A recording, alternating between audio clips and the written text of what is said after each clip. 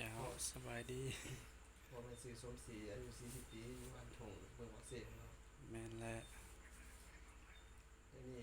พอมีอาการไข้ห้อนเนาะจ้าโดยสิมาสัญญาให้พอเนาะโรงเรียนศิวพิรวันเป็นนักศึกษาการแพทย์ได้มาทดสอบ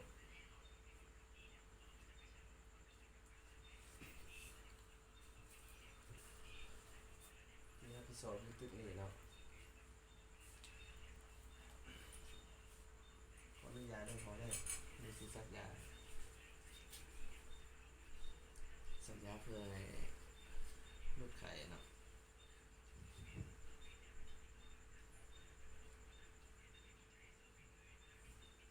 การสัญญาเขากระโปรงมันจะแบ่งเป็น4 ส่วนเนาะใส่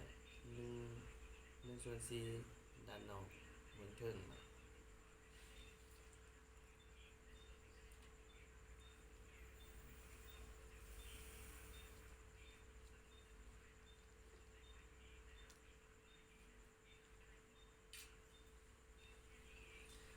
เก็บไว้นิดหนึ่งพอได้ถ้าจะเสร็จเนาะเสร็จจุดสั้นเสร็จเป็นวงกลหอยออกแล้วเนาะถ้ามันบดำเกินนะครับ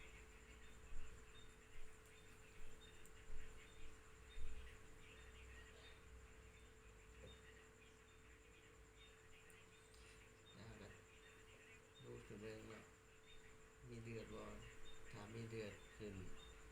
เขาจะทอดแล้วก็ซักไหมเนาะถ้าไม่มีเดือดแล้วก็ฉีดเลยแล้วก็นี่ผมมีเดือดแล้วก็ฉีดซ่าๆเนาะอดทนเจ็บนิดนึงพอได้แล้ว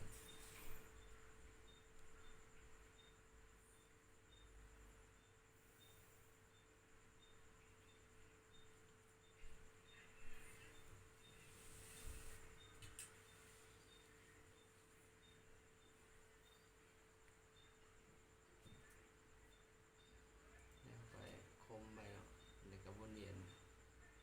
คมไปเพื่อบ่ให้เลือดมันออก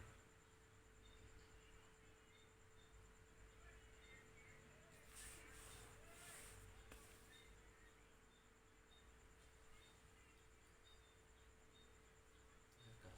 จะส่งขึ้น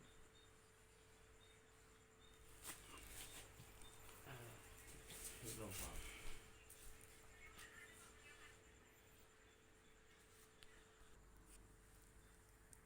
ให้พี่น้องคนเจ็บไปเอาผ้าซุ่มน้ำมาเช็ดตัวให้เราเด้อเพื่อมันเพราะอาการความลุกไข้นะถ้ามีอาการผิดปกติเช่นเป็นตุ่มเป็นฟื้นเป็นหรือว่าหายใจฝืดวินหัวพ่นหางเด้อพี่บอกถามหมอเด้อนี่ก็นะครับมากินเหมือนอุปกรณ์เนาะ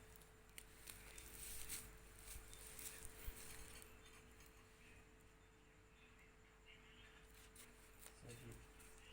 เป็นรถแก้วเนาะเป็นรถแก้วเขาสิ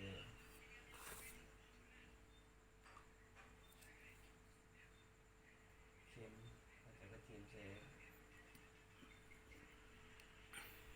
ส่ทางที่เขาใส่อันเฉพาะเสื้อเข็มเนาะแล้วก็รถแก้วนี่จะไปใส่สิ่งที่อันทางตาที่เหลือที่มีเลียมคมเนาะแล้วก็มาสันที่อาจจะไปใส่ทางราศีทางที่อันติดเสื่อมแล้วนี่เขาจะไปใส่ตาคีทั่วไปเนาะ